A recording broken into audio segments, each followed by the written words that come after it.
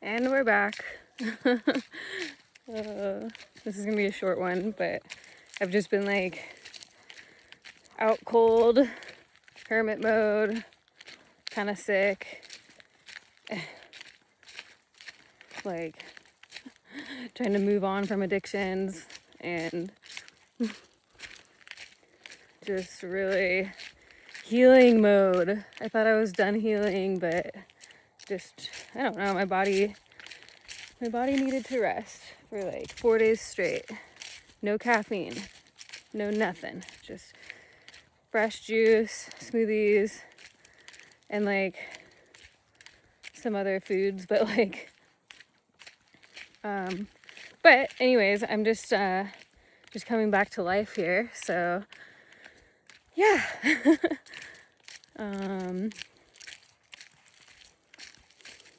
So I just wanted to come on here and say that I'm realizing, and hopefully this is the last time I have to realize it again, that all of our relationship problems come from pretty much the same phenomenon, which is us looking to someone else in order to feel good. Sorry, I thought there was someone coming around the corner, but it was my dog. I was like, yeah. Looking to someone else for a feeling of feeling good. That's like the biggest mistake, and it's interesting because if you've been in relationships where the person you're with is always like really positive and just like very receptive to love and whatnot, and then and maybe most of your relationships are like that, and then you end up with someone who seems to be the one for you in all the ways, and they aren't so receptive to love as much of the time. And it's not even like a disproportionate amount of time. It's just like more often than you're used to. When you're with someone who's not willing to just like be fake, right? Fake nice when they're having a bad day or whatever. So if you're with someone who has bad days, which it's like we all have bad days, right? Then how are you gonna expect to go to that person on their bad day and receive love, or even be able to give love, right? Interesting stuff. And then like what happens is that when that person's not the dependable source of love, then, which is a completely unrealistic expectation to have of anybody, to always be plugged into their source of love so that they can give you love, you're gonna miss out on some love because you're not giving it to yourself in that moment. You're not getting it from the only source that it comes from, which is within yourself, which is source energy, your true state of being, your ability to conjure the vibration of resonance within you. That's where love comes from, and that's always a reliable source. All right. Like, this is something I learned a while ago, and like it's kind of coming to the surface right now, just like right in my face, to like really, really come back into this understanding of like my own invincibility as far as being my own reliable source of feeling good, right? And of feeling love. Because what happens is when we look to someone else for approval or love and we don't get it, like maybe we get it 70% of the time from them, and then like I said, like they're having a bad day or they're having a bad week, or then we get upset with them as if it's their job to keep supplying our stream of love. Does that make sense? Am I explaining this good? Yeah. It's so interesting because it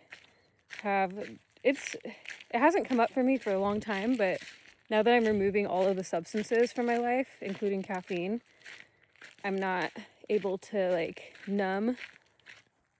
And so I think that's just bringing a lot to the surface for me right now. And it's like there's things reemerging that I didn't even know I still was carrying in me.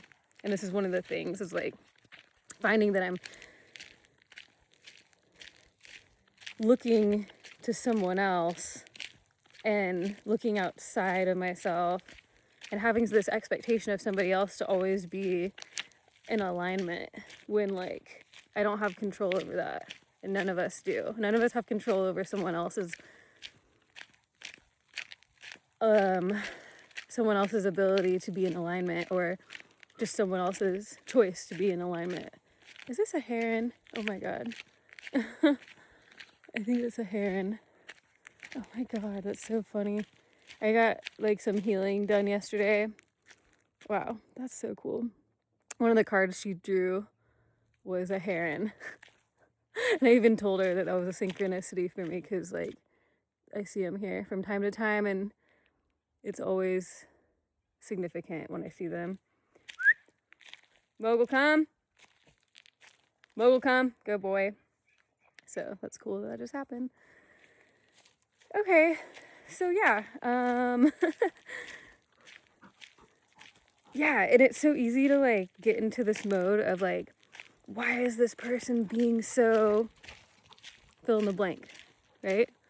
And most people like, even like for people like in abusive relationships, like this is a very controversial topic, but like what happens is like we get in a state of like just needing approval from the other person, and then when we don't get it, then we feel inadequate. And then when you feel inadequate, then you create a grid of frequency that is this expectation of the other person to not approve of you. And then the only way that they can meet you then from that, in that grid, in that vibrational energetic grid, the only way that they can show up then is not approving of you. Okay? Are you following? Because it's this is so important, y'all, because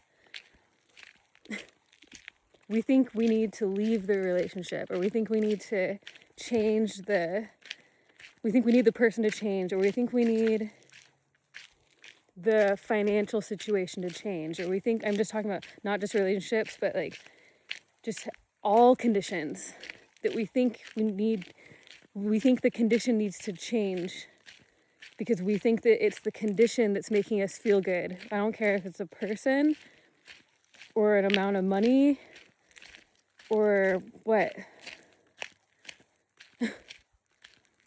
But it was never the condition to begin with. And that's what we have to realize now, is like,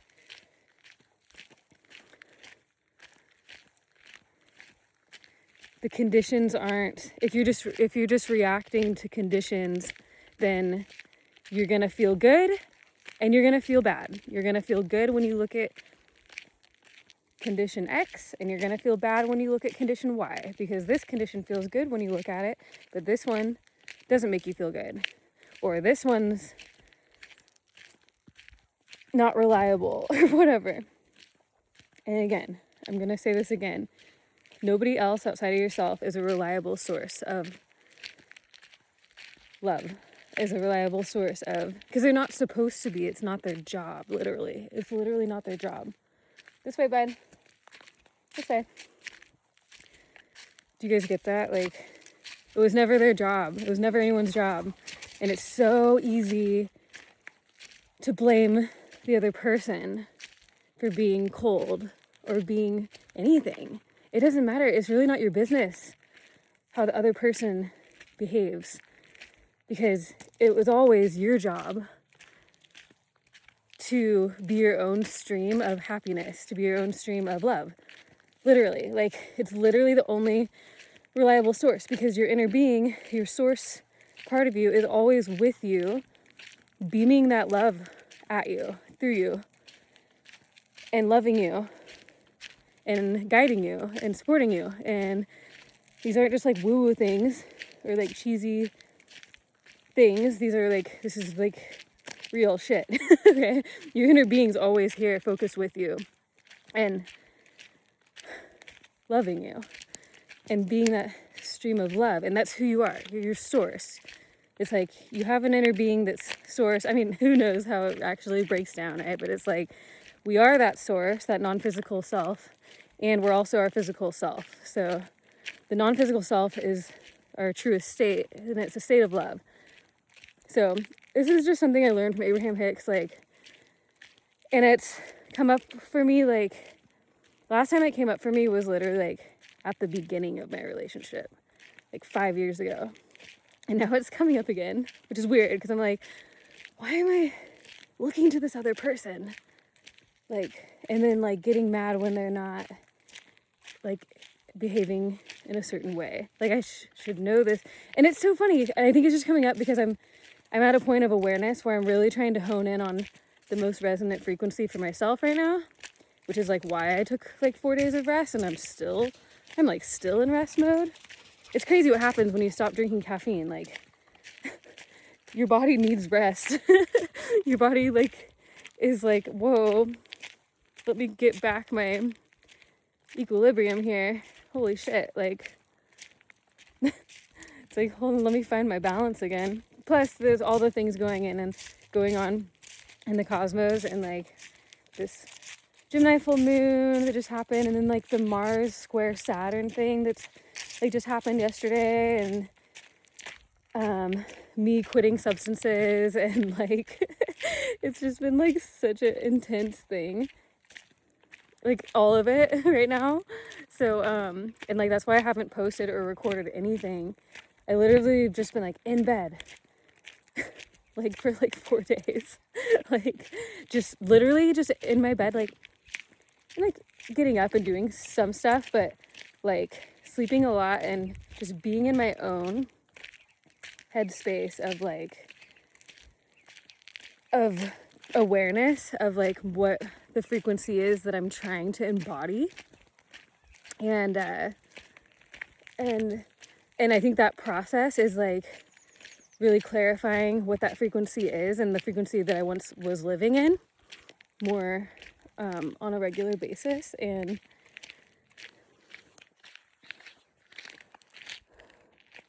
I gotta turn around because I have ice cream in the car. It's gonna melt. Come on, bud. Mogul, come. Come on. So, it's just me. I'm becoming hyper aware of what I'm actually doing and how I'm focusing, and I'm probably trying too hard to like be in this frequency that I want to be in. Because it's really, to find that frequency, all you have to do is stop trying and stop efforting and breathe and like be, and just like be aware. Just be in your awareness, or like let go of awareness completely. It's just like finding calm and calming the nervous system is what actually conjures that resonance, the most resonant frequency we can find. And like there's other things that will trigger it, especially once you start tapping into it more. It'll be more accessible for you. So I'm kind of like just stumbling back into this frequency and like the resonant one. And then it's making me realize that like how I'm actually like letting the people around me influence that frequency. And like I don't want to do that, because I want to be unconditional in my frequency. Because until you're unconditional, where like you're not relying on the conditions to feel good, then you're not free, right? Then you're still a slave, because the conditions are always going to be changing. And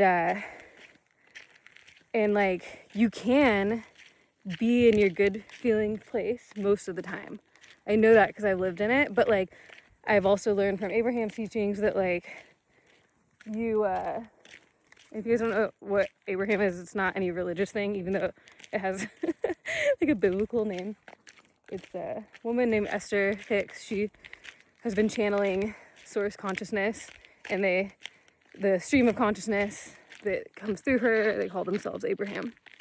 And she's been doing this since, I don't know, she's been doing this for like 30 plus years. So she's like one of the original OG channelers that are actually in, like, they're actually like known to the public, because I'm sure there was a lot more back in the day that like they couldn't do that because people would, if someone found out, they would be like, you're a witch, and then they would like hang you, you know? So things are getting better, you guys. We're not like hanging witches anymore, hopefully. I mean, the you know, the that one group of people might be doing that, but those one people, the like elite ones that like to do animal sacrifices and stuff, I don't know, they might. But anyways, we don't need to focus on them. But anyways, what I'm saying is like, it is so empowering when you realize that it's nobody else's job to behave in any sort of way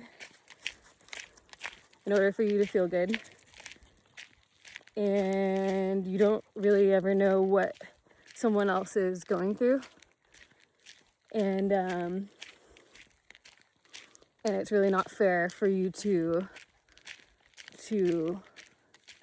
expect your partner or anybody to be the reason of how you feel. Wait, did that make sense? Sometimes I can't talk when I record. But I think you get what I'm saying. Yeah, so, God. And it's so cool because then you can just like, then you can just find ways to just be in the frequency of feeling resonant. And I'm trying to use the word resonant more than feeling good, because we're not trying to like caffeinate and like feel good and like high and like manic. We're trying to feel resonance with our truth, which is just, it's such a deeper feeling than the concept of feeling good, right? It's so much more, it just hits home. Like, it's really hard to explain this feeling because it's so personal feeling for me. I was just explaining this to someone yesterday. Like, it's so personal, the feeling of alignment. It feels like home within myself, right? It feels like me being in my element. It's seriously the best feeling in the world. I can like conjure it a few different ways, but like I'm discovering more ways. And then with the relationship thing, it's like you can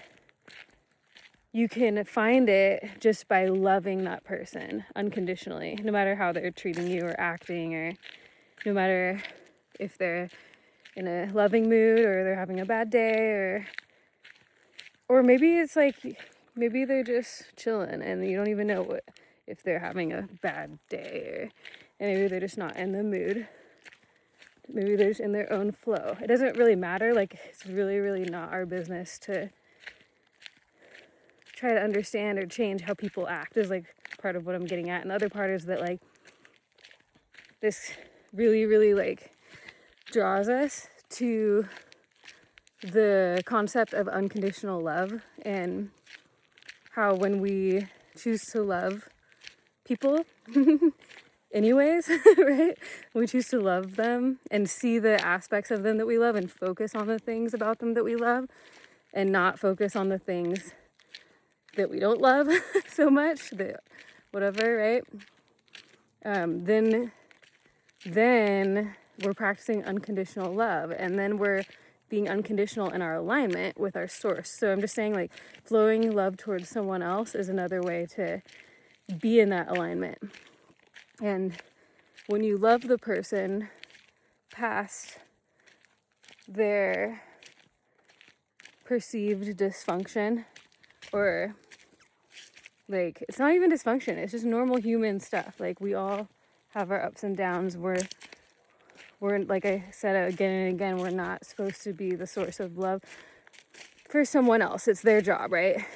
In the same way for you, it's your job to be the source of love for yourself. So, but if you can flow that love towards the other person unconditionally, then you're really, really owning your frequency, and you're tapping into a superpower of alignment with source. And from that place, you're then establishing a different grid. You're establishing a grid in the matrix field, a frequency grid that is love. And so then your partner is going to show up, then your partner will start showing up with love. And like, I know it sounds like you're manipulating, but like, it just is what it is. Like, it's just how it works. Like, you can establish a grid of noticing they're not approving of you, and then they're just gonna keep meeting you in that grid. And like, they literally don't even, it's not even possible for them to like, it's not even possible for you to receive love when you're in a state of expecting disapproval. Okay? And the other way to look at this is that when you're expecting disapproval or whatever it is from them, whatever you're expecting from them, you're establishing that grid, and then they're going to show up in your grid. And this is just, it's like manifesting. Again, like I always say, it's like manifesting 101, right? But it really does go back to the basics, because it's all about frequency. But that alignment with your truth, the resonance with love is the most powerful state you can be in. And when you really are in that state, then everything you want starts coming to you, and everything you want manifests, and your partner will start treating you better. And I mean, it's literally night and day. It's literally the most powerful thing. You could just sit there all day and receive money, like in the most easiest, effortless ways, like just from being in this alignment, and like knowing that it's the most powerful thing you can do. Literally, like, being in alignment is the most productive, most powerful thing you could do. More productive than any action, because the action is just a result of whatever frequency you're in. And how the grid fills in is just a response to your frequency. And that alignment, when you're in a state of love or resonance, is when you're in alignment with source. And that's the truest part of you. That's your true self. And that part of you, that non-physical, loving, true self, is also emanating a frequency. And they're emanating a frequency of love. And when you match that, that's when everything you want starts manifesting. So I hope this makes sense, and I hope this helps. And it's just a win-win. Like, if you can really like just unconditionally find the frequency you want to be in, no matter who you're living with or what's going on in your surroundings, like, it's really, really what we want to aim for. Becoming unconditional is becoming supernatural. It's becoming like a superhero for yourself, basically. Come on, bud. Mogul, come. Mogul. All right, I'm gonna get my dog, and we'll see you guys later. Bye. Thanks for watching.